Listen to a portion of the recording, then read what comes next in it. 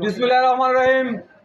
সম্মানিত হাতীবান্ধা সর্বসাধারণ মানুষ, আপনারা জানেন এই অন্তর্বর্তীকালীন সরকার আপনাদের মাধ্যমে আপনাদের জন্য 15 টাকা দরে চাউল নির্ধারণ করেছে।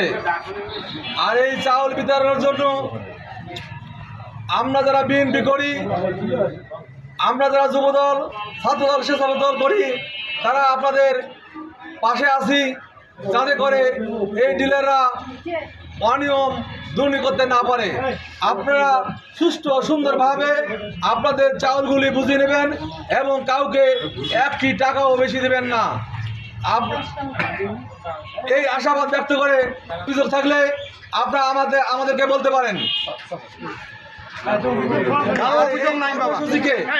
এই কর্মসূচিকে বাস্তবায়ন করার জন্য আমাদের বিএনপির প্রতিটি কর্মী, প্রতিটি সদস্য আপনাদের পাশে থাকবে ইনশাআল্লাহ।